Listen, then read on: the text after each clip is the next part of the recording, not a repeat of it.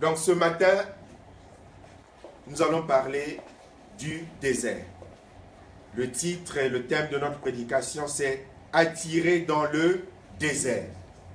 C'est Dieu qui va attirer dans le désert son peuple, attirer dans le désert son enfant, attirer dans le désert chacun d'entre nous dans les conditions, les circonstances que nous allons examiner.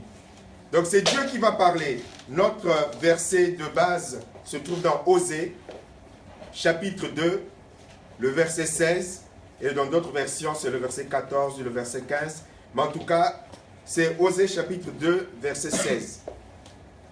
Dieu qui va parler à son peuple au travers de son serviteur, et il va dire ceci. C'est pourquoi, voici, je vais l'attirer et la conduire au désert, et ainsi je parlerai à son cœur. Amen. Amen. Donc c'est Dieu qui va parler à son peuple. Dieu qui va faire un constat. Lorsque nous lisons le début de ce chapitre, il y a toute une sorte de réquisitoire, un constat amer que Dieu fait. Et à la conclusion de ce constat amer que Dieu fait, constat triste que Dieu fait, il va dire, ben voilà, la solution que j'ai trouvée, c'est de l'attirer au désert. Et là, dans le désert, je pourrais enfin parler à son cœur. Donc nous allons parler du désert. Le désert, pour chacun d'entre nous, peut revêtir une circonstance, une situation différente selon les uns, selon les autres. Le désert, c'est un endroit difficile à vivre. Le désert, c'est un endroit où il y a beaucoup de choses qui manquent. Le désert, c'est un endroit où on a faim. Le désert, c'est un endroit où on a soif. Le désert est un endroit où on a mal. Le désert est un endroit où nous manquons de beaucoup de choses. Le désert est un endroit qui peut être aussi un hôpital, un endroit de souffrance. Amen. Amen. Un endroit de dénuement, un endroit où tu te retrouves tout seul, où tu gémis jour et nuit. La journée, il fait chaud, la nuit, il fait très très froid, de sorte que tu n'as pas un temps de répit. Donc le désert, ça peut être l'épreuve que l'un comme l'autre dans lequel tu peux te trouver. Dieu seul sait de quelle nature est ton désert, dans lequel Dieu a pu t'attirer. Amen. Amen. Et donc l'une des choses que nous devons réaliser, c'est pas le diable, en tout cas dans cette circonstance, c'est pas le diable qui va attirer dans le désert. Ce qui veut dire que dans certaines circonstances, dans certaines situations très difficiles et très compliquées que le chrétien peut vivre ou vit, c'est Dieu qui est à la manette. Comme pour Jésus, il est bien dit que le Saint-Esprit qui a conduit Jésus dans le désert afin d'être tenté par le diable. Amen. Amen. Et pour nous les enfants de Dieu, une chose est certaine, nos vies et les circonstances de nos vies, les circonstances de nos vies sont entre les mains de Dieu. Et donc, dans le contrôle de ces circonstances de nos vies, mais Dieu lui-même peut nous attirer, nous conduire dans des situations compliquées et difficiles. Amen. Amen. Et dans ces situations compliquées et difficiles, il n'y a pas d'esprit à chasser, il n'y a pas de démons à chasser.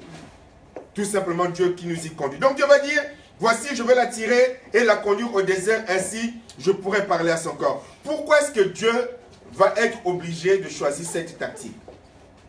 Donc dans les versets précédents, Dieu va faire un constat. Son constat se trouve dans Osée, donc toujours chapitre 2 du verset 6 au verset 7, où il dit, je n'aime pas, donc selon certaines versions, les versets sont décalés. Donc Dieu qui va dire, Osée 2, 6 à 7, je n'aime pas ces enfants. Ce sont des enfants de prostituées, car leur mère s'est prostituée. Celle qui les a mis au monde s'est conduite honteusement, elle se disant en effet, je veux courir après mes amants, eux qui me donnent mon pain et mon eau, ma laine et mon lin, mon huile et mon vin. Amen. Amen. Donc Dieu va constater une chose, c'est que Israël va se détourner de lui. Son peuple va se détourner de lui. Dieu va comparer Israël à une prostituée, c'est-à-dire quelqu'un, un peuple, une personne qui va être infidèle par rapport à son mari. Vous savez, Dieu, la Bible nous dit que Dieu est jaloux. Et il chérit davantage l'esprit qu'il a mis en nous. Lorsqu'il a racheté nos vies, ce n'est pas pour que nous puissions partager nos vies avec le diable ou avec le monde ou avec je ne sais pas trop qui. Nous sommes précieux aux yeux de Dieu. Amen. Amen. Nous sommes très, très précieux. Et Dieu ne veut pas notre perte. Dieu ne veut pas notre mort spirituelle. Dieu ne veut pas que nous puissions vivre de façon permanente dans la mort spirituelle, dans la souffrance perpétuelle. Donc quand Dieu voit que nous commençons à nous détourner de lui, Dieu est obligé d'agir, de prendre des décisions. Donc Dieu va constater qu'Israël va se détourner de lui. Israël qui était un peuple béni, Israël que Dieu avait mis à part, Israël qui va se retrouver sur la terre promise, où là où coule le lait et le miel, Israël qui va voir la fidélité de Dieu, Israël qui va vivre la puissance de Dieu, mais malheureusement Dieu va constater que son peuple va se détourner de lui. Dieu va à plusieurs reprises dans sa parole se poser des questions avec étonnement, pour dire, mais qu'est-ce que vous avez trouvé en moi pour que vous puissiez vous détourner de moi? Dieu va leur réserver une terre. Dieu va tout leur donner. Mais on voit dans la parole de Dieu qu'Israël va quand même se dire, bon, je vais faire comme les autres peuples. Dieu va même dire, je vais même aller, Israël va dire, je vais aller me invoquer Baal. Je vais aller invoquer les faux dieux. Et Dieu va même leur dire, mais comment est-ce que vous pouvez aller vous prosterner devant des divinités que vous avez vaincues, qui n'ont même pas pu protéger ces peuples? Je vous ai démontré par ma puissance que j'ai vaincu ce peuple. Je vous ai démontré par ma puissance que ces divinités étaient fausses et que ma puissance était meilleure. Mais vous allez vous détourner de moi pour aller vers ces fausses divinités. Allez les invoquer, allez les prier. Ces divinités qui n'ont pas pu protéger ce peuple qui les invoquait. Donc à plusieurs reprises, Dieu va s'étonner de l'infidélité de son peuple. Quelque chose qui le dépassait. Et là, nous voyons Israël qui, après, va même aller jusqu'à se dire, mais finalement, les bénédictions que j'ai reçues, c'est plutôt mes amants qui me les ont données. Et quand nous lisons dans la suite, Dieu va dire, mais le peuple va être ingrat. Il va oublier que ces biens venaient de Dieu. Et donc, en préparant ce message, Dieu me disait, mais c'est comme les enfants, les chrétiens actuellement. Nous venons, nous donnons nos vies à Jésus, nous devenons des enfants de Dieu, Dieu nous met à part, nous faisons l'expérience de la paix, de la joie de Dieu, nous faisons l'expérience des bénédictions préparées à l'avance, mais on ne sait pas ce qui se passe comme pour Israël, nous nous détournons de Dieu. On ne sait pas ce qui se passe, on tourne le dos à Dieu et on repart vers ces choses qui ne nous avaient rien rapporté. On tourne le dos à Dieu, on repart vers le monde alors que lorsque nous nous sommes convertis, on savait que le monde ne nous avait rien apporté de bon. On tourne le dos à Dieu et on va vers certaines fausses divinités également. Et Dieu va les qualifier d'amants. C'est-à-dire, nous prenons des personnes ou des esprits auxquels nous attribuons la place de Dieu. Amen. Amen. Et Dieu va dire, ce sont des amants. C'est-à-dire que des personnes ou des esprits qui ont pris ma place. Parce que je suis marié à toi. Amen. Amen. Je suis marié à toi. C'est toi et moi. Ta fidélité c'est envers moi. Mais tu vas te détourner de moi pour aller chercher des amants. Tu ne vas plus compter sur moi. Amen. Amen. Tu ne vas plus compter sur moi. Et beaucoup de chrétiens se retrouvent dans cette relation d'infidélité spirituelle à l'égard de Dieu. On ne compte plus sur Dieu. On compte sur les êtres humains pour s'en sortir. On compte sur les relations pour nous en sortir. On compte sur un membre de la famille important pour nous en sortir. On compte sur notre propre intelligence, nous raisonnons pour nous en sortir. On ne consulte plus Dieu. On ne cherche pas le conseil de Dieu. On ne demande pas à Dieu quelle est ta volonté, quelle est ta pensée. Maintenant, nous bâtissons nos propres vies sans tenir compte de Dieu. Nous nous marions sans tenir compte de Dieu. Nous nous lançons dans les affaires sans tenir compte de Dieu. Nous nous engageons sans tenir compte de Dieu. Donc nous avons trouvé des amants, c'est-à-dire que des personnes ou des esprits qui ont remplacé Dieu. Pour mon électricité, je compte sur un tel. Pour ma nourriture, je compte sur un tel. Pour ma carte orange, je compte sur un tel. Pour mes papiers, je compte sur un tel. Pour mon mariage, je compte sur un tel. Nous avons remplacé beaucoup de systèmes et de personnes qui ont pris la place de Dieu, qui sont devenus des amants. Or, Dieu, qui est jaloux, voudrait que nous ne puissions compter que sur lui. Rien que sur lui. Et quand nous avons des soucis, lorsque nous avons des problèmes, nous calculons déjà comment est-ce que nous allons nous en sortir. Nous pensons à maman Michel, à maman Carmel, à maman Nelly. Et finalement, Dieu, on le met de côté. Quels sont ces amants qui ont pris la place de Dieu dans ta vie? Quels sont ces amants qui ont pris la place de Dieu dans ta vie? Sur qui tu comptes plus que sur Dieu? Le pasteur dimanche dernier parlait de CTLM. Pour certains, c'est les sociétés de crédit qui sont devenues leurs dieux. Sont devenus leurs amants. Tous les systèmes de crédit sont devenus leurs amants. 5, 6 engagements. Je compte sur ces amants-là pour m'en sortir. Pire encore, parce que Dieu va dire au peuple, pour certains, ils vont même aller se prosterner devant Baal. C'est-à-dire compter sur le diable. Amen. Amen. Et nous voyons dans l'histoire d'Israël, c'est des réalités tristes, où on voit des rois, on voit dans certaines circonstances, ils sont partis se prosterner auprès de Baal, pour qu'ils puissent être protégés, pour qu'ils puissent être délivrés, pour qu'ils soient préservés. Ils sont allés dans les temples païens pour se prosterner devant des idoles. Ils se sont détournés de l'Éternel. Plus le royaume d'Israël que le royaume de Juda. Et cela va causer leur ruine. Là, vous dites, mais on est dans l'église, nous les chrétiens, on ne fait pas ça. Non, malheureusement. Actuellement, nous avons tellement de chrétiens de nom qui viennent à l'église, et certains parmi eux vont aussi aller s'appuyer auprès des marabouts, vont consulter des féticheurs, vont chercher des fétiches, des puissances, des totems. Là, ils sont à l'église, mais Dieu sait que dans le secret de leur relation, ils ont encore les fétiches sur eux. Des choses qui font venir du pays pour être protégés. Des amulettes qui font venir du pays pour être préservés. Certains chrétiens ou certains soi-disant chrétiens également ne comptent plus sur Dieu. Ils comptent sur ses fétiches, sur ses invocations. Je me rappelle lorsque je préparais ce message ce matin, il y a un épisode qui m'est revenu dans ma jeunesse chrétienne. Je me rappelle, j'étais très bien, on avait une bonne relation avec un jeune de notre groupe de jeunesse. On avait de très bonnes relations, on se fréquentait, on se visitait. Et un soir, ça m'est revenu en mémoire ce matin par le Saint-Esprit. Et un soir, je suis allé chez lui. Je l'ai cherché partout, il n'était pas là. J'ai cherché. Alors, je suis encore rentré dans son studio. Je commençais à regarder derrière les draps. J'ai écarté un drap. Il y avait là des bougies, sortes d'autels, des bougies, des trucs.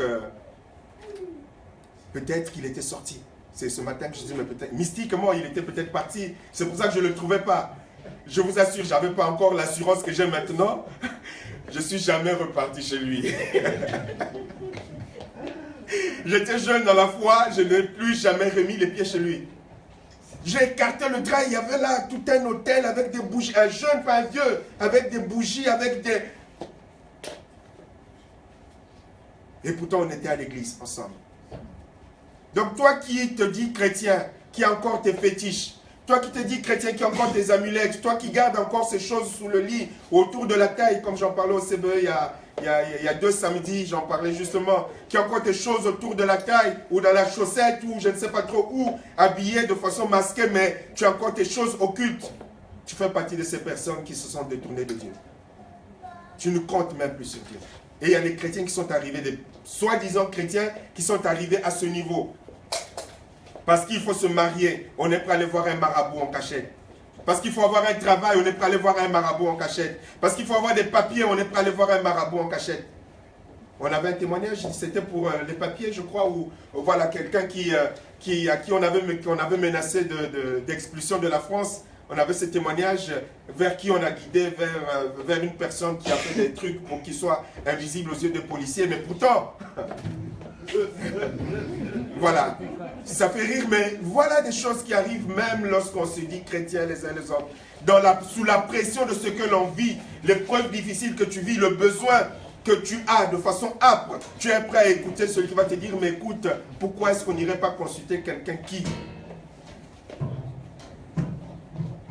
Et tu es parti invoquer le diable. Et tu as des choses du diable.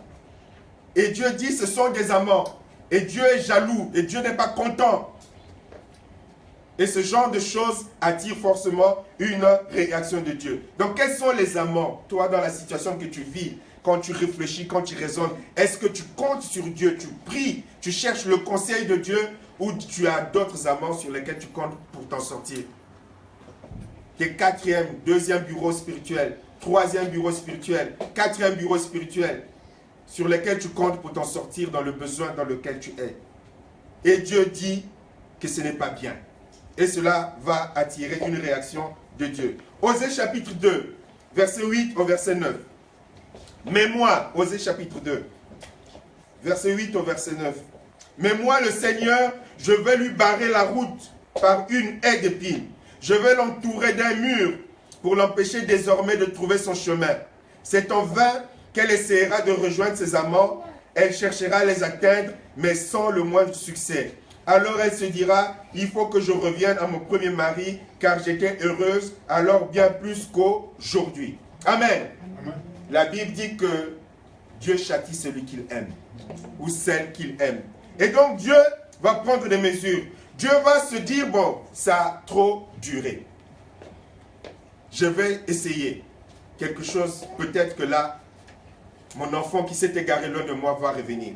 Donc Dieu va dire, je vais fermer tous les moyens de secours et tous les moyens de recours. Je vais fermer. Je vais couper les routes vers lesquelles qui te conduisaient vers les amants. Je vais faire de sorte que tu ne puisses plus avoir accès à eux. Amen. Amen. Et il y a des exemples magnifiques. Vous savez que nous pouvons être des sources de malédiction pour des personnes qui n'ont rien demandé. Amen. Amen. Nous pouvons être des sources de malédiction, c'est-à-dire nous pouvons créer des problèmes aux personnes sur lesquelles nous comptons, qui ont remplacé.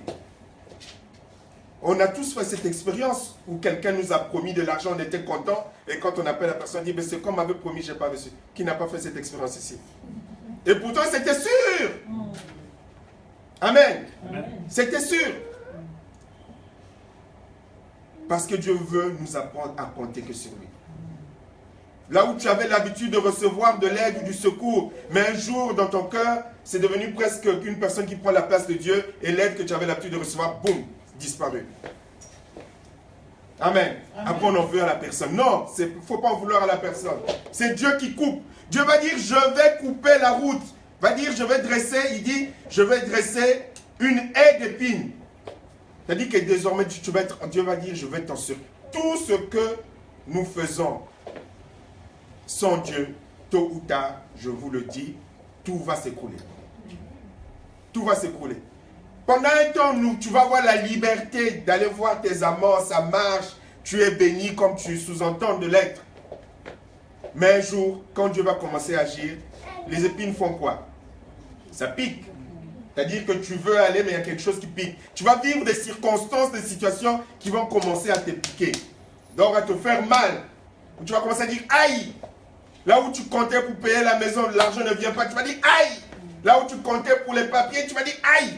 Il y a des choses qui vont commencer à te piquer. Ce n'est pas le diable, c'est Dieu qui va créer ça. Il va dire maintenant, tes chemins par lesquels tu passais pour aller voir tes amants, les personnes qui ont pris ma place, je vais mettre des épines.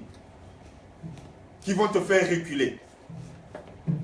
Et même ces personnes vont même devenir méchantes contre toi. Celles qui t'aidaient régulièrement vont se retourner contre toi. Tu ne vas rien comprendre. Les choses, les relations vont changer. C'est Dieu qui va créer les circonstances. Pour que tu n'aies plus accès à ces aides qui ont pris la place de Dieu. Dieu va dire, je vais mettre un mur. Au cas où tu serais assez capable et assez fort pour sauter les épines, je vais faire un grand mur. C'est-à-dire, tu ne peux plus passer. Il n'y a plus de route. Amen. C'est là où je disais, ça peut même devenir une malédiction. Certaines relations, Dieu va les couper. Dieu va les rompre. Dieu va les casser. De sorte que même l'aide que tu voyais, Dieu va mettre un mur, tu ne peux plus y accéder. Amen. Amen. Je t'annonce que si tu as laissé tes amants prendre la place de Dieu, Dieu va créer des circonstances où tu vas te retrouver tout seul. Tout seul. Les épines vont te piquer. Le mur va t'empêcher d'aller au-delà. Tu vas être limité. Et Dieu seul sait, dans ta circonstance, dans ta situation, quelle est la nature des épreuves que Dieu va créer pour cela. Pour certains, c'est la maladie. Pour certains, c'est perte du travail. Pour d'autres, il y a les problèmes de papier. Mais des différentes situations, circonstances qui vont te piquer, qui vont te limiter. Au travers de que Dieu lui-même va créer. Pas le diable. Et c'est là où parfois on évoque les esprits. Je me pose à tel esprit d'opposition, de tel esprit de je ne sais pas trop quoi. Non, c'est Dieu qui a l'œuvre. Et là, on peut prier pour toi. On peut intercéder pour toi. On peut te mettre sur toi des litres d'huile d'onction pour chasser je ne sais pas quel mauvais signe. Quand c'est Dieu qui est à la manœuvre, aucun pasteur, aucun prophète ne peut débloquer quoi que ce soit. Et même ce pasteur ou celle ou celui qui est en train, qui veut insister pour prier, intercéder ou aider, Dieu va assécher son argent. Amen. Amen. Dieu va assécher. Dieu va le rendre même incapable de pouvoir t'aider. Dieu lui-même va être à la manœuvre. Le mur sera là pour t'encercler. Les épines seront là pour te faire mal. Amen. Parce que c'est Dieu lui-même qui est à la manœuvre. Donc Dieu va fermer, si tu n'apprends pas maintenant à compter que sur Dieu, tôt ou tard, là où tes regards se portent comme source d'aide ou de secours, Dieu va faire de sorte que tu ne puisses même plus le voir. Et même les affaires de la personne sur laquelle tu comptes là vont tarir. Amen. C'est pour ça que même dans certaines circonstances, pour ceux qui savent écouter Dieu, il y a des moments où Dieu te dira, n'intercède pas pour un tel. Ne prie pas pour un tel. Je sais ce que je suis en train de faire. Je crois que le pasteur Richel en a déjà beaucoup parlé. J'en ai aussi parlé. Il y a des circonstances, Dieu dira, c'est moi qui suis à la manœuvre. Ne pleure même pas pour Pépin. C'est moi qui suis à la manœuvre. Je sais ce que je suis en train de faire. Je suis en train de préparer le chemin pour le conduire dans des circonstances de désert. Parce que là, pour l'instant, tu comptes, nous comptons sur beaucoup de personnes. Nous entendons beaucoup de voix. Et tant que ces voix sont là, on a beau te parler, tu ne peux pas écouter. Puisque l'argent rentre, puisqu'il y a telle solution, puisqu'il y a telle réponse, alors Dieu va bloquer les choses. Ou tu vas te poser des questions, mais qu'est-ce qui se passe? Pourquoi plus rien ne marche? Pourquoi ça n'avance pas? C'est Dieu, dans la vie de ses enfants, qui est à la manœuvre. Donc Dieu va détruire tout ce que tu as construit avec l'aide de tes amants. Osée chapitre 2, 14 à 15. Dieu va dire, je détruirai ces vignes et ces figuiers, dont elle disait, c'est le salaire que m'ont versé mes amants. J'en ferai un terrain broussailleux où les animaux des champs viendront prendre leur nourriture. Je leur ferai payer ainsi le temps qu'elles consacraient à Baal et aux dieux de cette espèce. Elle leur offrait des sacrifices, se parait d'anneaux et de colliers. Elle courait après ses amants et moi, elle m'oubliait, déclare le Seigneur. Et moi, elle m'oubliait. Tu as oublié Dieu. Tu penses même que ce que tu es devenu là, c'est grâce au diable, grâce au monde, grâce à ton intelligence. Parce que Dieu dit à Baal et à tous les dieux de cette espèce. Alors Dieu dit, je vais détruire tes vignes. Tu étais content, j'ai mes vignes grâce à mes amants, grâce à mes aides. Dieu dit, je vais détruire ce que tu as construit. C'est ce que la Bible nous dit dans Matthieu chapitre 7. La maison qui est bâtie sur le sable. Tôt ou tard, tu vas bâtir, tu vas construire, la maison se lèvera. Les gens admireront et diront, quelle belle maison qu'Irémie est en train de construire. Magnifique, elle est belle. Mais seulement, le vent n'a pas encore soufflé. La pluie n'est pas encore tombée. L'eau n'est pas encore passée par là. Attends l'inondation. C'est encore l'été. Quand il va commencer à pleuvoir, c'est là qu'on va voir. Amen. Et soudainement, ta ruine va venir. On ne peut rien bâtir, construire sans Dieu. Alléluia. Donc Dieu va détruire. Et c'est ce qui arrive dans la vie de beaucoup d'enfants de Dieu. Et on cherche qui m'a maudit, qui m'a maudit. Mais ce que tu as construit qui n'est pas dans la volonté de Dieu, ni avec l'aide de Dieu, ça ne peut pas subsister. Donc tôt ou tard, le vent va souffler. Et donc Dieu va dire, le verset que nous avons lu, qui est notre verset de base, le verset 16, c'est pourquoi voici, je vais donc la tirer dans le désert. Amen. Amen. Donc Dieu est obligé de nous dépouiller, de nous isoler, de nous faire souffrir pour nous attirer dans le désert. Là où il n'y a plus d'amour, là où il n'y a plus de secours, là où il n'y a plus d'aide, tu es dans le désert, c'est-à-dire que tu es tout seul. Tu as beau crier, tu n'as que ton écho qu'on écoute. Comme certains moments difficiles que nous vivons où tu pries, tu as l'impression de prier dans le vide. Dis, je vais l'attirer dans le désert. Je vais l'attirer dans une épreuve particulière. Et ce n'est que dans cette épreuve. Et Dieu dit, pas pour nous faire souffrir comme un masochiste ou je ne sais pas trop qui, ou un sadique plutôt. Mais j'ai un but au travers de l'épreuve que tu vas traverser. J'ai un but au travers des moments difficiles que tu vas traverser. Ce but, et Dieu le dit, enfin, au travers de cette épreuve, je pourrai parler à son cœur. Amen. Vous savez que Dieu veut nous parler. Dieu veut nous parler. Et Dieu nous parle. Je ne dis même pas Dieu veut nous parler, encore dans l'Ancien Testament, on pourrait parler de la sorte. Mais Dieu nous parle. Parce que nous avons le Saint-Esprit. Amen. Amen. Dieu ne parle pas qu'à certains, ni qu'aux pasteurs, ni aux prophètes. Dieu parle à chacun de ses enfants au travers du Saint-Esprit. Mais le problème, c'est que lorsque nous laissons les amants, les aides secondaires prendre la place dans nos cœurs, on ne peut plus écouter Dieu. Amen. Si on peut s'en sortir tout seul, on ne va plus prier. Si on peut s'en sortir tout seul, on ne va pas demander à Dieu, quelle est ta pensée, quelle est ta volonté, que veux-tu que je fasse? Puisque j'ai les moyens de m'en sortir. J'ai la solution entre mes mains. Donc je ne veux même pas prier, je ne veux même pas chercher la pensée de Dieu. Donc Dieu peut bon nous parler pour te dire, ben écoute, ce n'est pas lui, ce n'est pas elle, ce n'est pas ce chemin. Mais tu as tellement l'embarras du choix. Pourquoi est-ce que je vais demander à Dieu, j'ai les moyens de choisir? J'ai les moyens de décider. J'ai les moyens d'orienter ma vie. Amen. Amen. Pourquoi? Donc tant qu'il y a tous ces amants, toutes ces personnes, toutes ces aides, toutes ces solutions de notre intelligence et la possibilité d'aller consulter un marabout, tu n'as pas d'enfant, mais écoute, je connais quelqu'un qui fait des petits gris-gris là, tu vas faire des choses, tu vas avoir un enfant, tu vas te marier, tu vas avoir le travail, tu vas avoir les papiers. C'est des solutions rapides comme ça. Alors pourquoi je vais consulter Dieu? Si d'autant plus je sais que vaut mieux ne pas consulter Dieu. Amen. Amen. Parce que très souvent on est conscient que si je consulte Dieu là, il va dire, mais non, attends, tu ne peux pas. Donc on ferme nos oreilles. Amen. Amen. Nous fermons volontairement nos oreilles. Qui va dire que ce n'est pas vrai? Il y a des choses, des choix, des décisions que nous devons prendre. Très souvent, subtilement, nous fermons nos oreilles. Comme la parole qui a été prêchée dimanche. Parce que c'est désagréable, on va fermer nos oreilles. Voilà, je prends ce qui me plaît, qui va me conforter dans mes décisions, dans mes choix. Mais ce qui va venir me contrer pour me déstabiliser. Non, non, non, non, non, non, non, non. Alors Dieu est obligé de prendre des mesures draconiennes. Là, dans le désert, là peut-être, quand tu vas pleurer là, tu vas te retrouver tout seul. Là, au pied du mur, là, au bord du gouffre, dans le besoin le plus total, où ta fierté est par terre, ton orgueil par terre. Là peut-être que tu vas commencer à dire, Seigneur, Seigneur. Et là, Dieu peut te parler. Et là, tu peux écouter Dieu. Enfin, enfin.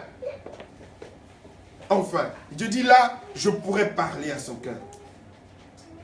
Donc c'est pour cela que dans des moments compliqués, difficiles que nous traversons, que tu traverses, les faux docteurs et les fausses églises au ministère nous disent chaque fois, il faut chasser les esprits d'opposition. Non. Dispose-toi et écouter ton Dieu. Qu'est-ce que Dieu veut te dire? Nous devons apprendre à cultiver cette discipline. Dis, qu'est-ce que Dieu veut m'enseigner? Qu'est-ce que Dieu veut me parler?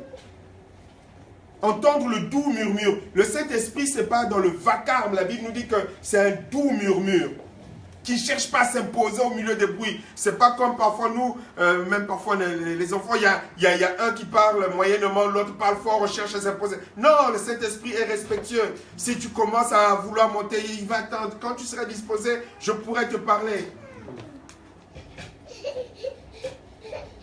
Dans le calme, la confiance, dans la tranquillité et le repos. Là, tu pourras enfin écouter ce que Dieu veut t'enseigner. La Bible nous dit dans Job chapitre 33, Job 33, 14 à 19. Job 33, 14 à 19 nous dit ceci. Dieu parle cependant, Job 33, 14 à 19. Dieu parle cependant tantôt d'une manière, tantôt d'une autre. Et l'on n'y prend point garde. Il parle par des songes, par des visions nocturnes, quand les hommes sont livrés à un profond sommeil, quand ils sont endormis sur leur couche. Alors il leur donne des avertissements, met le sceau à ses instructions, afin de détourner l'homme du mal et le préserver de l'orgueil, afin de garantir son âme de la force et sa vie de coups de glaive. Par la douleur aussi, l'homme est repris sur sa couche, quand une lutte continue vient agiter ses os. Là, nous avons une description des différentes manières par lesquelles Dieu parle. Même au travers de la maladie, au travers de la souffrance, Dieu cherche à nous parler.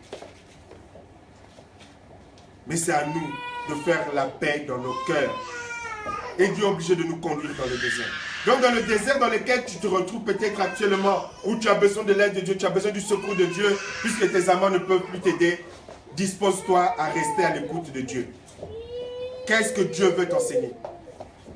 Mais dans ces moments de précarité, on cherche toujours à gauche, à droite, en haut, en bas. un tel bishop, archibishop, prophète, archiprophète, telle église, tel ministère. On court à gauche, on court à droite. Là, nous arrivons à la fin de l'année 2016. Tu as couru à gauche, tu as couru à droite, on t'a fait des proclamations, des incantations, tout ce que tu veux. On t'a lavé, relavé.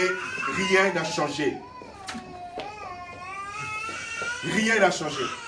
Peut-être que pour 2017, se dire, Seigneur, c'est toi que je veux maintenant écouter. C'est pas parce qu'un prophète fait des proclamations que les choses vont arriver. C'est Dieu qui est maître. Tu peux avoir toutes les paroles positives que tu vas dire sur ta vie, c'est zéro si ce n'est pas Dieu qui atteste. Amen. La foi chrétienne, ce n'est pas des pensées ni des paroles positives. Ce n'est pas des proclamations pour des proclamations. Proclame sur ta vie, parle sur ta vie. Mais si tu parles, non pas sous le Saint-Esprit, par convoitise ou par nécessité ou par besoin, et s'il n'y a pas le tampon de Dieu, tu perds ton temps. Le 31 décembre, tout ce que tu entendras, c'est tu perds ton temps. Tu perds ton temps.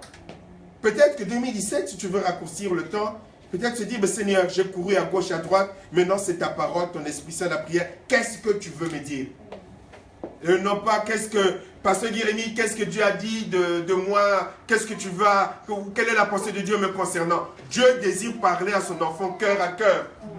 Pas d'intermédiaire. Le plan principal de Dieu, pas d'intermédiaire. Et quand Dieu se sert d'un homme comme là, en parlant la parole de Dieu, le Saint-Esprit vient attester que c'est Dieu qui est en train de parler. Mais le désir de Dieu, c'est une relation personnelle avec son enfant. On n'a plus besoin de je ne sais pas quel pape pour jouer les intermédiaires. Amen. Toi-même, tu es prêtre, toi-même, tu es pasteur, toi-même, tu es prophète, toi-même, tu es serviteur de Dieu. Et Dieu veut parler avec toi par son Esprit Saint et au travers de sa parole. Pour que tu discernes, tu entendes ce que ton Père a comme projet pour toi. Amen. Donc Dieu parle de plusieurs manières. Au travers de ce que tu vis, dispose ton cœur à écouter. Ne sois pas dans la rébellion. N'en veux pas aux hommes. N'en veux pas aux amants qui ne peuvent plus t'aider. N'en veux pas aux secours qui auraient dû t'aider. N'en veux pas à je ne sais pas trop qui aurait pu faire quelque chose pour toi. C'est une perte de temps. Il y a ton Dieu qui est capable et qui rassemble toutes ses capacités. C'est pour cela que Dieu est étonné.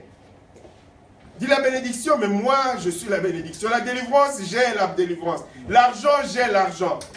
Le mariage, j'ai le mariage. La maternité, j'ai la maternité. La paternité, j'ai tout. Le travail, les papiers, j'ai la toute-puissance. Ton Dieu a la toute-puissance. Amen. Amen. C'est pour cela qu'une autre version traduit toujours le même verset dans la version PDV, parole de Dieu vivante. La version dit que c'est pourquoi je vais l'attirer à moi. Je vais la conduire au désert et je retrouverai sa confiance. Amen. Amen. Je retrouverai, c'est Dieu qui dit, hein, je retrouverai sa confiance.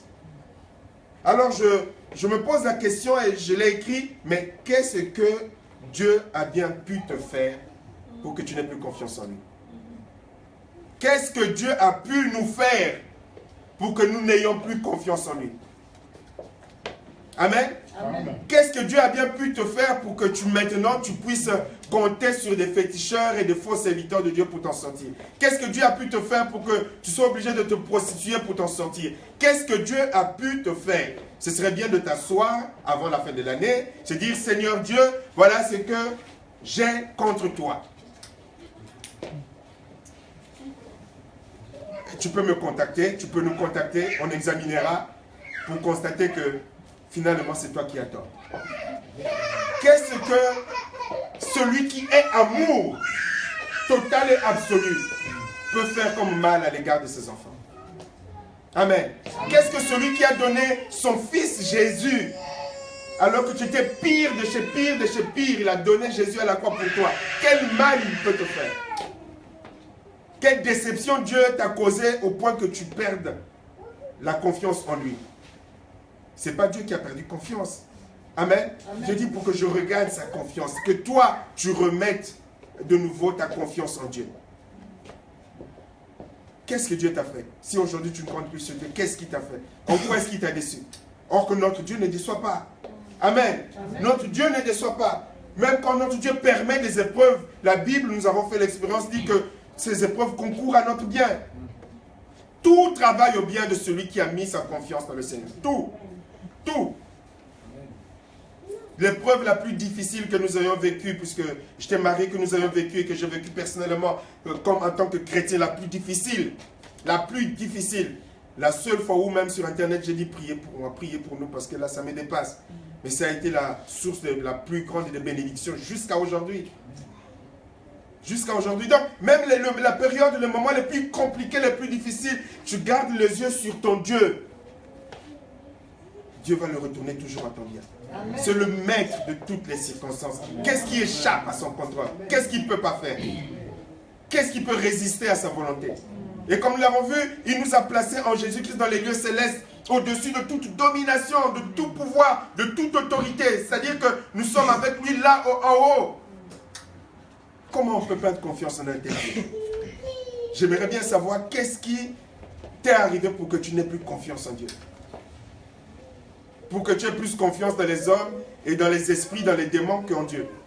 Que tu aies plus confiance dans les serviteurs, soi-disant de Dieu, qu'en Dieu lui-même. Amen. Amen. Que nous allons consulter, que vous allez consulter comme des marabouts. Donc Dieu dit, là, peut-être que je vais retrouver sa confiance. C'est à toi de te poser la question, est-ce que tu as vraiment confiance dans le Seigneur? Si ta confiance n'est plus dans le Seigneur, alors restaure ta confiance dans le Seigneur. Qui est capable de tout changer. Amen. De tout changer. Vous savez, Israël a passé 40 ans dans le désert, ce n'était pas dans la volonté de Dieu. Je crois que c'est le pasteur qui en parlait. Amen. Amen. Le désert, c'était un lieu où ils devaient juste passer. Mais ils ont tourné en rond pendant 40 ans, 38 ans. Pourquoi? Mais parce que c'était la conséquence de leur égarement, de leur péché. Très, très grave. Donc, le preuve, selon Dieu, a un temps fixé, un temps limité.